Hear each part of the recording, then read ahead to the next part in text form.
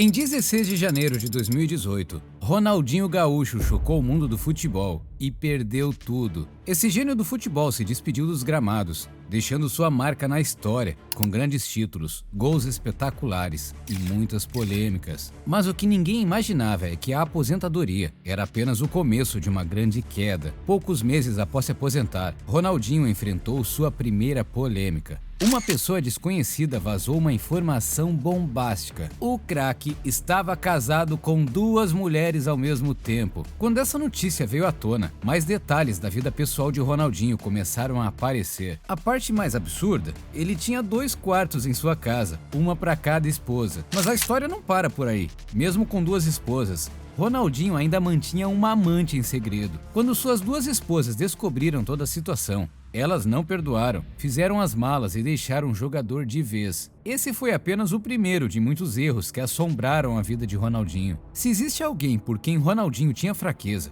era seu irmão, mas misturar família com negócios nem sempre é uma boa ideia. O irmão de Ronaldinho não era apenas seu empresário, ele também apresentava ao craque várias oportunidades de negócios, bem duvidosas. Esquemas com criptomoedas, construção ilegal em área preservada. Foi a construção irregular que trouxe as maiores consequências. A polícia invadiu a casa de Ronaldinho e confiscou tudo: as joias do jogador, carros de luxo e até seus passaportes. Quando a polícia chegou às contas bancárias de Ronaldinho, todos ficaram chocados com o que tinha lá. Um dos jogadores mais bem pagos do mundo tinha apenas $5 em todas as suas contas somadas. Ele estava completamente falido. Sem seu passaporte original, que havia sido apreendido pela polícia, Ronaldinho e seu irmão precisavam viajar. E foi aí que tomaram a pior decisão possível. O irmão de Ronaldinho teve a brilhante ideia de conseguir passaportes falsos para ambos. O destino? Paraguai. Mas havia um pequeno problema nesse plano. Ronaldinho é um dos rostos mais reconhecíveis do mundo. Na América do Sul, então, nem se fala. É praticamente impossível ele passar despercebido. Qual o resultado desse plano de gênio? O Ronaldinho Gaúcho foi preso no Paraguai. O craque ficou 5 meses atrás das grades e, para reconquistar sua liberdade, teve que pagar uma multa de $1,6 milhão. E essa foi apenas a primeira de muitas consequências que viriam pela frente. A história de Ronaldinho mostra como até os maiores ídolos podem cair quando tomam decisões erradas. Das festas exageradas aos negócios ilegais, do escândalo dos casamentos ao passaporte falso, cada escolha levou a uma queda ainda maior. Maradona, para muitos o melhor jogador argentino, teve seu declínio por causa das drogas. Diego Maradona nasceu em 1960, em um bairro pobre de Buenos Aires. Mas sua habilidade com a bola o tirou rapidamente da miséria. Sua ascensão foi meteórica. Ele brilhou no Argentinos Júniors e no Boca Juniors, após uma breve passagem pelo Barcelona, onde mostrou sua habilidade para o mundo. E embora tenha ficado pouco tempo naquele ano, ajudou o time a conquistar 3 títulos. Mas devido a uma lesão e sua icônica briga, ele foi vendido para o Napoli. Sobre Maradona, ya hay un enzarzamiento general, ahí lo ven ustedes, de Maradona con varios jugadores del Athletic de Bilbao. Ha llegado ahora Miguel y le ha golpeado también Klose sobre Pachi Salinas. Y atención. Lá ele atingiu o auge da riqueza e da fama na Itália, transferindo-se em 1984. No auge na Itália, Maradona não era só um craque, era um salvador. Sob seu comando, o Napoli conquistou 2 campeonatos italianos, 1987 e 1990, além de outros títulos. A glória máxima veio na Copa do Mundo de 1986 no México. Maradona foi o campeão, artilheiro e a figura central na Argentina, marcando o famoso gol La Mano de Dios, solidificando seu status como uma lenda viva. Maradona se tornou o jogador mais bem pago do mundo e era tratado como uma divindade em Nápoles e na Argentina. Mas o mesmo ambiente que o transformou em ídolo absoluto na Itália acabou se tornando sua própria ruína. Enquanto alcançava a glória nos campos, Maradona mergulhava em um estilo de vida de excessos e más escolhas. Embora o primeiro contato com a cocaína tenha acontecido em Barcelona, foi na Itália que ele se intensificou, onde ele se envolveu com a Camorra, a máfia napolitana, que supostamente lhe fornecia drogas e proteção. O vício começou a afetar seu desempenho e sua disciplina, e em 1991, após o jogo Napoli vs Bari, Maradona foi pego no exame antidoping por uso de cocaína. Foi suspenso do futebol por 15 meses e teve que deixar a Itália às pressas, marcando o fim de sua era dourada. E assim, a figura do herói de Nápoles começou a ruir.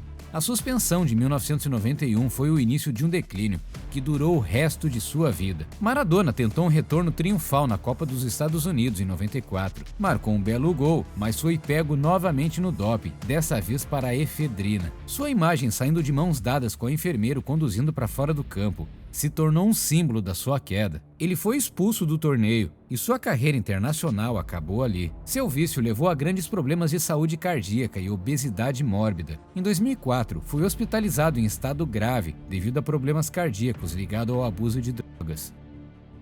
Ele perdeu grandes somas de dinheiro devido à má gestão, aos excessos e às disputas fiscais com a Itália. Maradona lutou contra o vício e a dependência química até o fim. Ele faleceu em 25 de novembro de 2020, aos 60 anos, após uma parada cardiorrespiratória em sua casa na Argentina. Sua morte gerou comoção nacional. Muitos não acreditavam no que estava acontecendo, pois mesmo tendo uma vida polêmica, Maradona tinha milhares de fãs. Maradona deixou um legado incomparável nos gramados e uma tragédia pessoal fora deles. Ele perdeu o controle sobre sua saúde, sua disciplina e sua vida, sendo um ícone de como a fama e a adulação extrema, combinadas com vícios, podem levar à autodestruição, mesmo para um dos maiores gênios que o esporte já viu.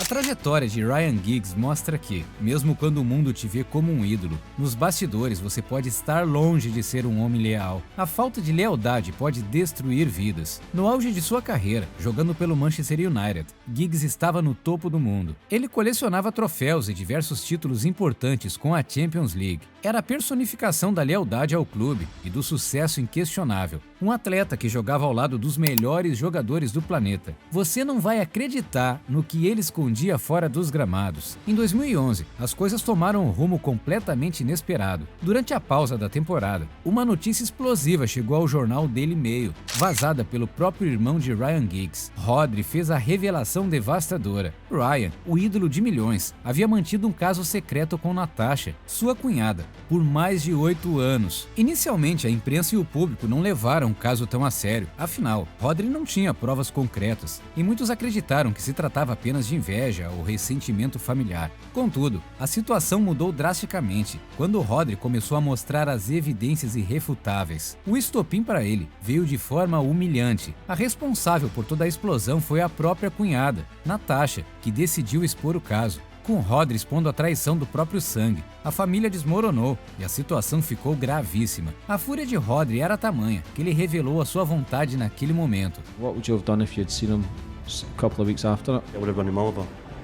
No doubt about it. Mesmo com o caos e o ódio público se tornando contra Ryan, a mídia demorou a reconhecer a figura mais impactada dessa história, a esposa do próprio jogador. Ela se viu no centro de um escândalo mundial e tudo o que conseguia pensar era em seus filhos e em como sobreviveriam a tudo aquilo. Foi ela quem teve que ir ao tribunal e arriscar toda a sua privacidade e dignidade. No final, Ryan Giggs será lembrado por duas coisas: sua habilidade como jogador e sua falta de lealdade com seu próprio sangue. Se alguém mereceu perder a reputação, o dinheiro e o respeito que conquistou, esse alguém foi Ryan Giggs.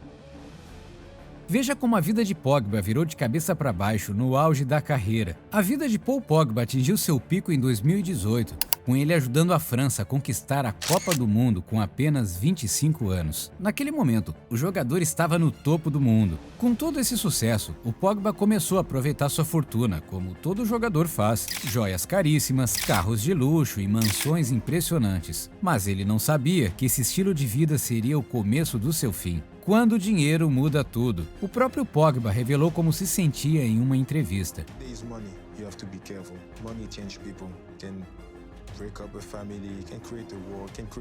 Pogba começou a se sentir desconfortável perto de seus irmãos Matias e Florentin Pogba. Em março de 2022, Paul Pogba estava fazendo o possível para voltar a fazer o que mais amava, jogar futebol. Mas ele mal sabia que seu irmão estava planejando algo cruel. Enquanto Pogba visitava sua família na França, Matias o convidou para um encontro. Tudo parecia uma simples reunião com amigos de infância. Pogba, achando que finalmente iria se reconectar com seus irmãos, aceitou o convite sem imaginar o que estaria por vir. Quando Pogba entrou no apartamento, armas foram apontadas para o seu rosto e sequestradores exigiram 13 milhões de dólares. E o detalhe mais absurdo, eles queriam $1 milhão por cada ano que Pogba havia sido jogador profissional. Após o sequestro, Pogba ficou completamente desorientado. Ele não sabia o que fazer e quem convivia com ele logo percebeu que algo estava errado. A polícia assumiu o caso e Pogba decidiu que precisava de uma mudança urgente. Fez suas malas e assinou novamente com a Juventus. Ele queria reencontrar o amor pelo esporte que tanto significava para ele, mas o que deveria ser um recomeço se transformaria em um segundo pesadelo. Do nada, seu irmão Matias soltou um vídeo viral no Instagram. No vídeo, ele expôs Pogba fazendo acusações absurdas e bizarras. A acusação mais absurda? Que Pogba teria pago uma bruxa para fazer feitiçaria, algo tão surreal que parecia ter saído da Idade Média. Ficou evidente que seu irmão não pretendia parar até derrubar Pogba no mundo do futebol. Em agosto de 2023, a Juventus teve seu primeiro jogo da temporada contra o Udinese e Pogba ficou no banco e não jogou nem um minuto naquele dia. Mesmo assim, a agência antidoping italiana selecionou aleatoriamente para um teste. E então veio a notícia devastadora. Vários veículos de comunicação noticiando o doping do jogador. Paul Pogba. Paul Pogba. Paul Pogba. Paul Pogba This guy is future Ballon d'Or. has been banned. Banned from football for 4 years after failing a drugs test last year. He has tested positive for testosterone. A punição foi brutal. 4 anos de suspensão do futebol. Pogba terá nada menos que 34 anos quando a suspensão terminar. Um segundo teste foi feito e o resultado foi o mesmo. Com isso, Pogba estava acabado no mundo do futebol, com sua carreira destruída.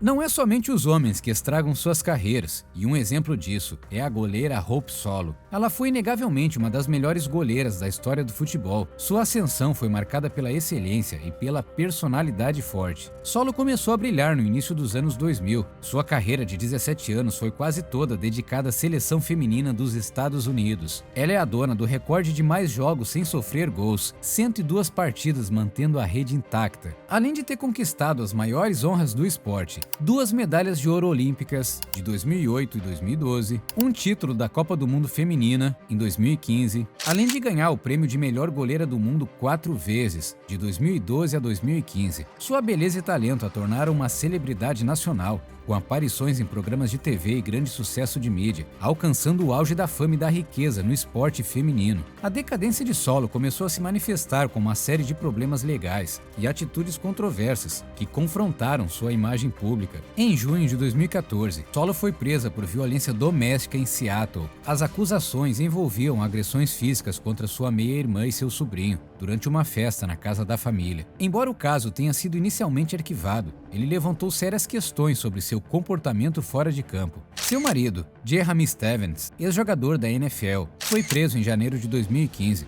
por dirigir embriagado enquanto estava no carro da seleção. Solo recebeu apenas uma suspensão de 30 dias da seleção feminina por estar presente no local, mas o episódio manchou ainda mais a sua imagem. A queda definitiva de Hope Solo veio com seu banimento da seleção após a derrota nos Jogos Olímpicos do Rio de Janeiro em 2016. Após a eliminação nos Jogos Olímpicos para a Suécia, Solo deu uma declaração controversa, chamando as adversárias de bando de covardes por adotarem uma tática defensiva. A seleção americana de futebol feminino, US Women's National Team, já cansada de seus problemas disciplinares, decidiu que essa crítica pública era o limite. A Federação de Futebol dos Estados Unidos, US Soccer Federation, suspendeu Hope Solo por mais 6 meses e rescindiu seu contrato, encerrando sem aviso sua carreira na seleção. O auge da sua decadência ocorreu em março de 2022, quando ela foi presa na Carolina do Norte. Ela foi encontrada desacordada no carro, com seus 2 filhos gêmeos no banco de trás e o motor do carro ligado. O teste revelou que ela estava com um nível de álcool no sangue acima do limite legal. Solo se declarou culpada por dirigir embriagada e abuso infantil e foi sentenciada a 30 dias de prisão e 24 meses de liberdade condicional. A história de Hope Solo é uma jornada trágica de como a saúde mental e os vícios, combinados com uma personalidade explosiva, podem destruir uma carreira lendária e a reputação de um ícone esportivo, culminando na perda de sua carreira e em problemas graves com a lei.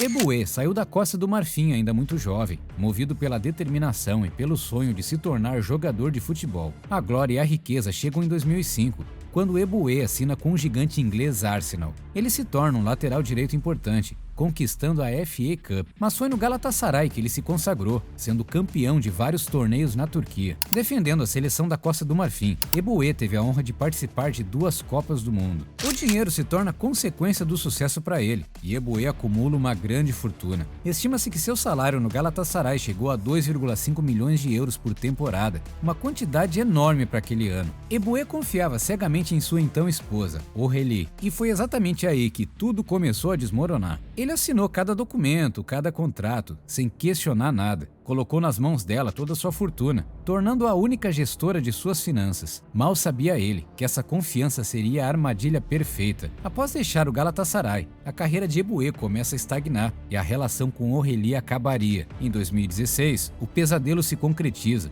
e o divórcio litigioso é iniciado. A justiça britânica determinou que, devido aos documentos que ele havia assinado, a ex-esposa tinha direito à maioria dos bens. Isso causou consequências financeiras desastrosas. Eboué perde quase toda a fortuna acumulada e fica sem dinheiro para pagar as custas legais a um bom advogado para contestar a decisão. Ele então é condenado a entregar a mansão em que vivia em Enfield à sua ex-esposa. O lateral direito, que jogou uma final de Champions League, é expulso de sua própria casa e perde todo o controle sobre a vida que tanto lutou para construir. Ele revelou aos jornais em dezembro de 2017 que está falido e sem teto. Eboué revelou que dormia na casa de amigos, em colchões no chão. Falou que vivia fugindo, com medo de ser preso. Além da ruína financeira, ele perdeu contato com seus 3 filhos, pois o divórcio impede que ele os veja. A crise me levou a ter pensamentos ruins, relatou ele em uma entrevista emocionante. A história de Eboué serve como um alerta brutal. Alguém que venceu na vida, acabou perdendo tudo por confiança cega